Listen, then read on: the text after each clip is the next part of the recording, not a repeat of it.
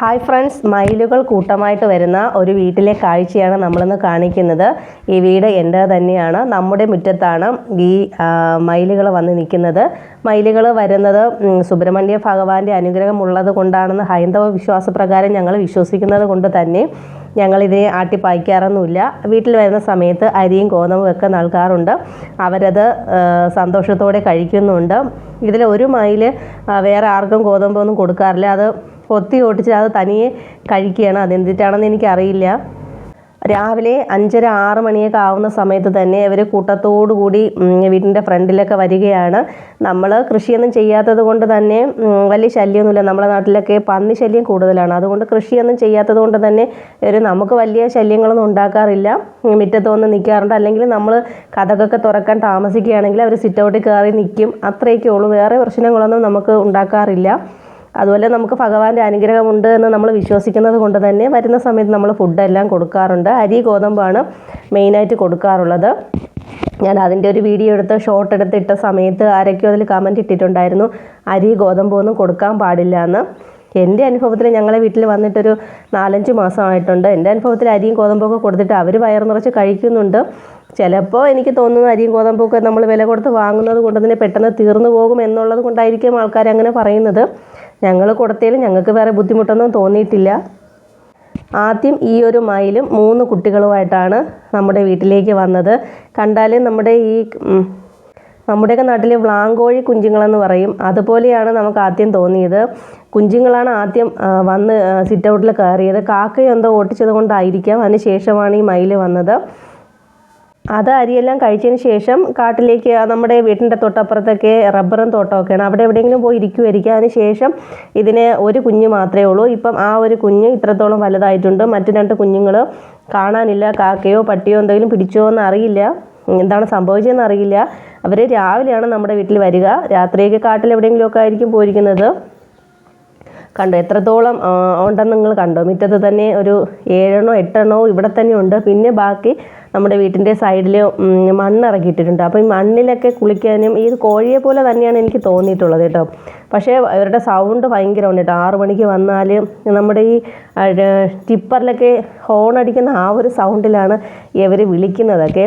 കണ്ടോ, നിങ്ങൾക്ക് തന്നെ കാണാം. മണ്ണിൽ കണ്ടോ കോഴികളൊക്കെ ഇതേപോലെ കുളിക്കാനായിട്ട് ചീണ്ടുക എന്നാണ് നമ്മൾ പറയുന്നത്. കുളിക്കാൻ ഇങ്ങനെ കുഴിയൊക്കെ എടുത്ത് അതിൽ കുളിക്കുകയും അവർക്ക് ഭയങ്കര ഇഷ്ടമാണ് ഈ കാര്യങ്ങളൊക്കെ ചെയ്യാനായിട്ട്. കണ്ടോ, എല്ലാവരും ഭയങ്കര ബിസിയാണ്. മയിൽ വളരെ പുണ്യമായ ഒരു പക്ഷി എന്നാണ് നമ്മുടെയൊക്കെ വിശ്വാസം. പുരാണങ്ങളിൽ പോലും ശുഭകരമായി പറഞ്ഞിട്ടുള്ളതാണ്. ഹൈന്ദവ ആചാരപ്രകാരം സുബ്രഹ്മണ്യ സ്വാമിയുടെയും സരസ്വതി ദേവിയുടെയും ബ്രഹ്മാവിൻ്റെയൊക്കെ വാഹനമാണ് നമ്മുടെ ഈ മയിൽ. ഭഗവാൻ ശ്രീകൃഷ്ണൻ തലയിൽ ചൂടുന്ന പവിത്രമായ ഒരു വസ്തുവാണ് മയിൽപ്പീലി. അതുകൊണ്ട് തന്നെ മയിലിനെ കാണുന്നത് പോലും നമ്മുടെ ജീവിതത്തിൽ നിരവധി ശുഭകാര്യങ്ങളാണ് പ്രദാനം ചെയ്യുന്നത് എന്നാണ് പറഞ്ഞു കേട്ടിട്ടുള്ളത്. ഇത് രാവിലെ 6 മണിയായ ടൈമിലാണ്. മഞ്ഞ കണ്ടോ ആ സമയത്താണ് ഇവർ വരുന്നത്. എനിക്ക് തോന്നുന്നത് ഈ ആദ്യം വന്ന മയിലിന് 3 കുഞ്ഞുങ്ങളുണ്ടായിരുന്നു എന്ന് ഞാൻ പറഞ്ഞില്ല. അതിൽ 2 കുഞ്ഞുങ്ങൾ എന്താണ് സംഭവിച്ചതെന്ന് അറിയില്ല. അപ്പോൾ ആ 2 കുഞ്ഞുങ്ങളെ മിസ്സായ സമയത്ത് ഈ മയിൽ ഭയങ്കരമായിട്ട് സൗണ്ട് ഉണ്ടാക്കുമായിരുന്നു. ആ ഒരു സൗണ്ട് കേട്ടിട്ടാണോ എന്ന് അറിയില്ല. ബാക്കി മയിലുകൾ ഇങ്ങനെ കൂട്ടത്തോടെ വന്നതെന്നും അറിയില്ല.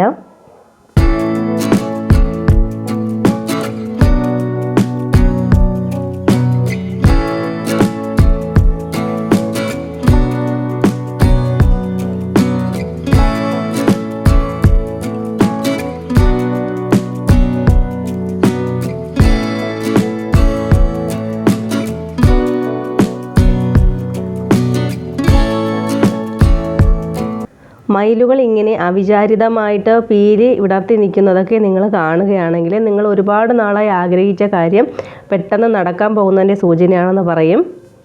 മയിലുകൾ അധികം പറക്കുന്നതോ പീലി വിടർത്തി നിൽക്കുന്നതോ അധികമായിട്ട് ആരും കാണാറില്ല. അങ്ങനെ പീലി വിടർത്തി നിൽക്കുകയാണ് കാണുന്നതെങ്കിൽ ഒരുപാട് നാളായി ആഗ്രഹിച്ച ആഗ്രഹം നടക്കുമെന്നാണ് വിശ്വാസം. പിന്നെ പറക്കുന്നത് കണ്ടാൽ നമ്മുടെ ജീവിതത്തിൽ സന്തോഷമൊക്കെ വരാൻ പോകുന്നതിൻ്റെയൊക്കെ സൂചനയായിട്ടാണ് എന്നാണ് വിശ്വാസം. യാത്ര പോകുന്ന സമയത്താണ് നമ്മൾ കാണുകയാണെങ്കിൽ ആ പോകുന്ന കാര്യം വിജയിക്കുമെന്നാണ് പറയുന്നത്. പിന്നെ മയിലുകൾ കൂട്ടമായിട്ട് വന്നാൽ നാട് മുടിയും എന്ന് പറയുന്നതിൻ്റെ മെയിൻ കാരണം എനിക്ക് തോന്നുന്നു, സ്ഥിരമായിട്ട് വന്നാൽ പച്ചക്കറിയൊക്കെ നടുന്നവരാണെങ്കിൽ പച്ചക്കറി ഈ പയറാണെങ്കിൽ ഈ മയിലുകൾ കൊത്തി കഴിക്കും.